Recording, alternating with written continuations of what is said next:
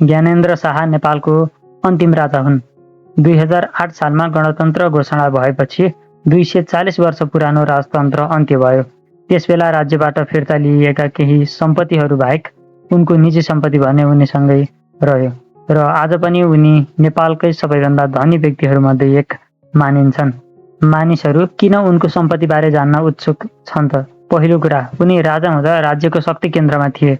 दोस्रो कुरा भनेको उनको व्यावसायिक र राजनैतिक सम्बन्ध धेरै वर्षदेखि कायम छ।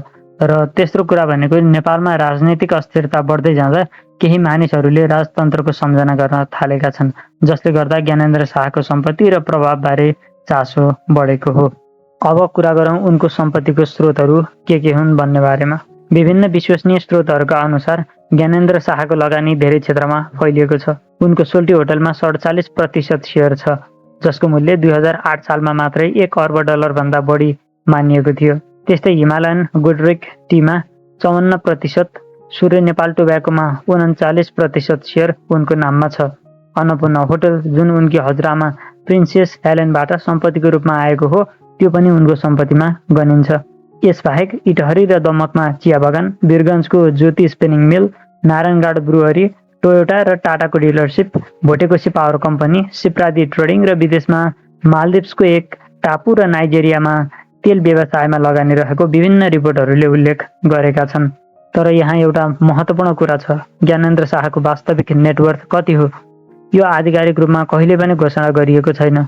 नेपालको कानुन अनुसार पूर्व राजाहरूले आफ्नो सम्पत्ति विवरण सार्वजनिक गर्नुपर्ने बाध्यता छैन। त्यसैले विभिन्न अन्तर्राष्ट्रिय मिडिया र आर्थिक विश्लेषकहरूले फरक आङ्कलन गरेका छन्। कसैले उनको सम्पत्ति $60 करोड भनेका छन् त कसैले $90 करोड।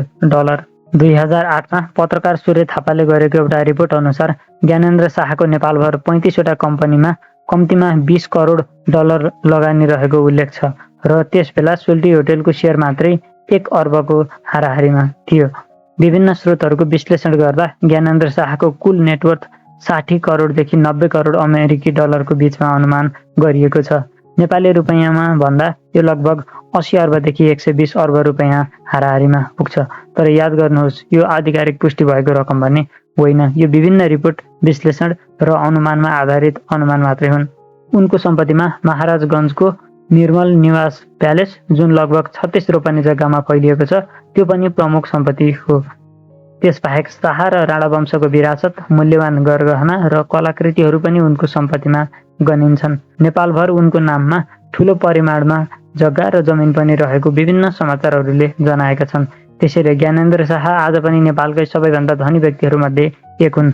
उनको सम्पत्तिको वास्तविक आँकडा कति हो, यो सायद उनैलाई मात्र थाहा छ। तर उपलब्ध स्रोतहरूको आधारमा उनको नेटवर्थ अरबौं डलरको हाराहारीमा रहेको अनुमान गरिन्छ। तपाईलाई के लाग्छ? पूर्व राजाको यति धेरै निजी सम्पत्ति हुनु उचित हो कि राज्यले यसको निगरानी गर्नुपर्छ? आफ्नो विचार तल कमेन्टमा लेख्नुहोस् र यस्तै रोचक विषयका लागि च्यानल सब्स्क्राइब गर्न नभुल्नुहोला। धन्यवाद।